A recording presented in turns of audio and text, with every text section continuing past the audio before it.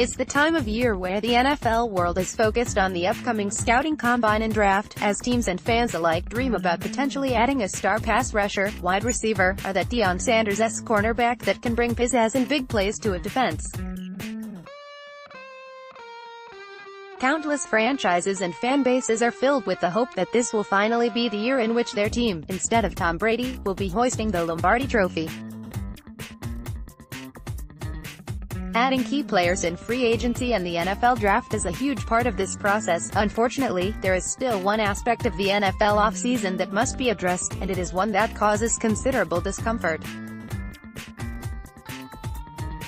Yes, it is time for teams to cut those players that are taking up too much cap space or aren't producing as expected.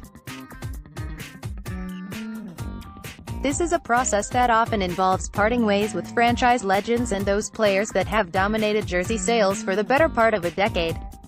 As upsetting as this process can be for teams and fans alike, it is one that must be completed in order to bring in future stars. With this in mind, NFL Media's Greg Rosenthal penned his list of candidates to be cut from NFC rosters in the coming months, and he included 3 different players in Dallas. Wide receivers Allen Hurns and Terrence Williams were both listed as strong candidates to be released, which was fairly expected after Amari Cooper's impressive season. However, they both landed lower on the list than a beloved linebacker in Sean Lee. It's been a great run. Lee wants to return to the Cowboys in 2019, and perhaps the two sides can work out a pay cut, but he doesn't have much of a role if Jalen Smith and Leighton Vander Esch are healthy. Dallas owner Jerry Jones can get sentimental about longtime Cowboys, but carrying Lee with a cap figure over $10 million is going too far. Obviously, Rosenthal is correct about the salary posing an issue. Lee was usurped by the combination of Vander Esch and Smith while missing time due to an injury, and he is unlikely to regain his starting position with the Cowboys. That being said, Lee is no slouch by any stretch of the imagination.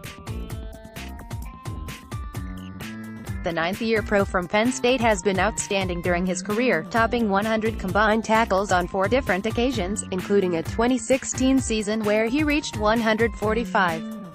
Before 2018, the Cowboys were lost without Lee in the lineup while giving up an average of nearly 30 points per game during mostly losing efforts. The veteran's ability to read and react to plays helped this Dallas defense shut down opposing offenses on a regular basis. However, as important as he has been to this defense, Lee has also missed considerable time in his career due to injury. In 9 seasons, he has missed at least 1 game each year, to the point that his time absent forms more than 2 full seasons, 34 games, not including the healthy scratch designation from Sunday's victory over the Buccaneers.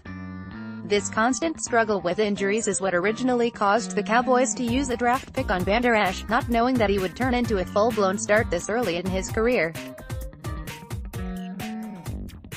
At this point, Lee has the talent to still contribute as a quality starter for another team, and there should be multiple suitors.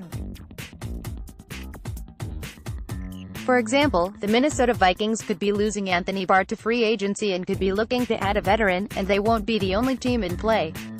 Lee will be a solid free agent pickup if cut, provided he can remain healthy.